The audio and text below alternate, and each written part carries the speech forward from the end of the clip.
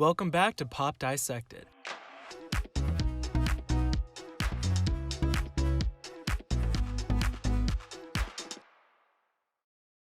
Today, we're going to be covering a highly requested topic. Many of you have been asking to see me discuss Beyoncé's fourth studio record, 4. The industry plagues its artist with the so-called fourth album curse. This is a term that means, by an artist's fourth studio record, they're bound to perform poorly on the charts, have dismal sales, no smash hit, or a low-selling tour. A fourth album curse could encapsulate all of these, or just one. The curse is chalked up to potentially a lack of creativity, a shift in musical direction, experimentation, or the rise of new artists surpassing them. Examples of records assumed to be hit by the fourth album curse include Avril Lavigne's Goodbye Lullaby, Katy Perry's Witness, Christina Aguilera's Bionic, Lady Gaga's Art Pop, Nicki Minaj's Queen, and Rihanna's Rated R. Now, all of these aforementioned records fell into the trap of the fourth album curse for one reason or another, regardless of a number one debut or number one single. As I furthered my research, these records continually were brought up by fans and reviewers alike as victims of the curse. So I'd like to hear your thoughts on why these records were deemed as so-called flops because of this fourth album curse. Anyway, I found it surprising. So many people asked me to discuss Beyoncé's 4 in conjunction with the fourth album curse. Spoiler alert, Beyoncé's 4 did not in fact flop nor underperform, but as we'll soon understand, there were certain factors we're going to investigate into why people think this and why they believe it did in fact fall victim to the mystical fourth album curse. So let's begin to ask ourselves, how did Beyoncé's 4 avoid the fourth album curse despite the evidence we're about to go over? And how did this record change the direction of her career? Prior to 4 being released, rumors began circulating like wildfire that the record was not going to perform well. Allegations claimed her label Columbia was not happy with the record and wanted her to change various tracks on it. There were additional, very odd claims Beyoncé's career was stalling following the release of I Am Sasha Fierce, and there was an apparent push from Columbia for a Destiny's Child reunion following the release of 4. Of course, these claims were false as much as we know, because there was no clear indication between 2008 to 2011 of Beyoncé's career faltering. So why was this being said? All of Beyoncé's preceding records, Dangerously in Love, B-Day, and I Am Sasha Fierce, all spawned at least one number one single and a total of 3 top 5 hits. I Am Sasha Fierce debuted at number 1 on the Billboard 200, with 482,000 copies sold. This record spawned some of her most recognizable hits, such as If I Were a Boy, Single Ladies, and Halo. In fact, some of Beyoncé's most widely recognized hit songs come from predominantly her first 3 records. So taking that into account, let's start off by discussing the singles off 4, none of which procured a hit, coming close to her preceding singles. 4 had a total of 7 singles. So let's start off with the lead, Run the World, Girls. Of course, this track is an empowering, hugely motivating anthem. However, it was Beyoncé's lowest charting lead at the time, reaching a peak of 29 on the Hot 100. This may be because the track leaked early, thus prompting an immediate release of the single. As opposed to her first 3 lead singles, the reviews on Run the World were rather mixed. The track was obviously praised for its anthemic, uplifting nature, though critics commented upon the track's production, feeling it was overcrowded and brash. However, it was favorably compared to previous releases of hers in regards to its similar theme. The second single, Best Thing I Never Had, proved to be more successful, claiming the highest chart position of any single off 4 at number 16.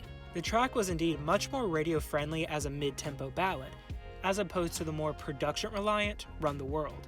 The Best Thing I Never Had was noted for being a more forward side of Beyoncé, and a different reflection of Run the World, if that makes sense. But conversely, The Best Thing I Never Had was also criticized, some feeling Beyoncé was recycling the same thematic concept of empowerment. But in spite of all of this, Run the World proved to be the more notable single out of the 2, even if it didn't have a high peak upon its initial release. The final 5 singles off of 4 only saw one modest hit, Love on Top, peaking at number 20. Party landed at 50, Countdown at 71, and I Don't Care and End of Time not charting at all. With this, it would be the first time Beyonce had singles off a mainline studio record that failed to enter the Hot 100. So in review of singles, Beyonce had her lowest lead to date, and 2 singles that didn't chart. She would only face this issue once more with her self-titled record, in which its lead peaked at 45, and again, 2 singles did not chart. One factor on why 4 may be considered a flop is because of the unexpectedly low performance of its lead, and 2 singles failing to enter the Hot 100. However, I think there's a bigger picture here we're missing, which I'll get to in a bit. One general consensus in regards to the record I've noticed is the lack of a radio hit. The Best Thing I Never Had proved to be the hit of the era, as Run the World was more suited for late night clubs and dance parties, not so much casual radio listening. With Beyonce having powerful singles with her first 3 records, some might have felt the lack of having that single with staying power meant the record was doomed. 4 had Beyonce's lowest week opening sales, coming in at a still very impressive 310,000 copies. However, this might have been seen as a red flag comparative to I Am Sasha Fierce's 482,000, B-Day's 541,000, and Dangerously in Love's 317,000. Nearly 10 years into her solo career, people could argue Beyonce was now entering a downward spiral. The record additionally leaked in advance, nearly 3 weeks early, thus the potential for sales were likely slashed by a third. This is where the rumors popped up that 4 would be a commercial failure, and Columbia was going to ignite a Destiny's Child reunion to not only save Beyonce's career, but their label. However, the record received positive reviews, and was recognized primarily for its mix of retro 70s and 80s R&B, which generally differed from her established sound in previous records. Though Beyonce has always incorporated those influences into previous releases, this was on the forefront of the record, as well were many other additional influences. Arguably, 4 was not a record made to channel or emulate the songs on the radio, which in the early 2010s very much had similarities in style, production, and theme. Pure pop was dominating, and Beyonce was not making a record to go along with that. However, despite Beyonce's intentions to make a record that was new and exciting, some came to the conclusion 4 was unfocused, lacked any cohesion, and was not up to the standards Beyonce should have. In summation, 4 lacked hit singles, had singles that didn't perform well as her predecessors, has her lowest opening week sales, and despite the intent to try something new, was seen by some as an unfocused mess.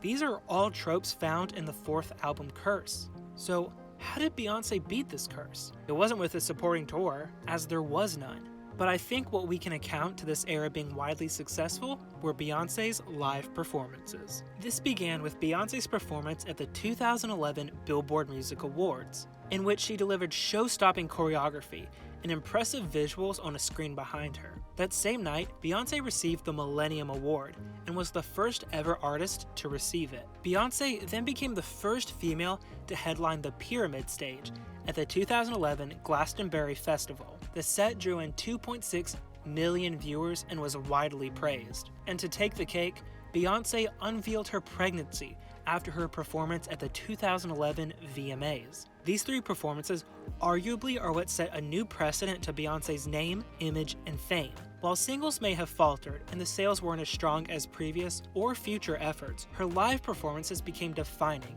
and recognizable moments, not only in the 4 era, but also in her entire career. So despite 4's commercial success in terms of sales and singles, Beyonce proved herself as a hard worker and a performer, which surpassed the idea that charts and sales define an artist's credibility. One thing to also take into account is the fact Beyonce was pregnant, thus this can explain the short-lived record cycle, and perhaps lack of more strenuous investment. But as we just discussed, she definitely was putting in the work, scoring 27 awards between the initial record cycle of 2011 to 2012. So now that we understand the record cycle of 4 and how Beyonce managed to still succeed in an era, despite the obvious changes from previous cycles, how did 4 change the direction of Beyonce's career? Because it most certainly did. It wouldn't be long following 4 that Beyonce would surprise release her 5th self-titled record. At the time, it was the fastest selling album on iTunes, raking in 617,000 213 copies in a week, over double of 4's sales. The record showcased higher charting singles, with Drunken Love peaking at number 2 on the Hot 100. But what made the self-titled record so impactful was it not just being about singles, but about being a full body of work. The record was a visual album, with 17 full videos to accompany it. The visual component was an effort to connect Beyoncé's own life into her music, and have her fans and listeners immerse themselves into an experience. Beyoncé even stated herself she didn't want listeners to just shuffle through tracks and not experience the whole body of work. Beyoncé would repeat this general concept with her 6th record, Lemonade, which pulled in 653,000 units, 485,000 being pure sales, which was once more an increase from her previous record. Lemonade and its film center around Black experiences, history, trauma, and feminism. Beyoncé's effort being to evoke a discussion around history, recognizing mistakes, full of layers of healing and important discussions. Beyoncé's first 3 efforts arguably were carried by their iconic singles, and when 4 didn't have that appendage, Beyoncé found a way to inject new life into that record with live performances.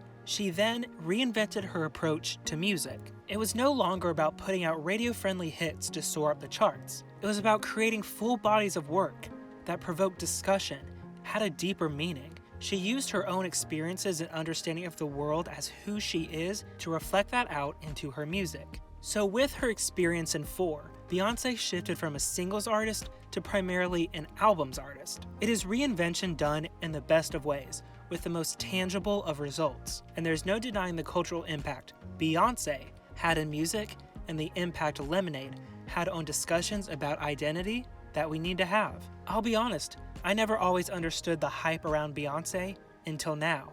But rest assured, she truly is one of a kind and deserves all the credit and praise she gets. Thank you so much for watching, everybody. Be sure to drop a like, subscribe, and turn on that notification bell for more future content on all your favorite pop stars.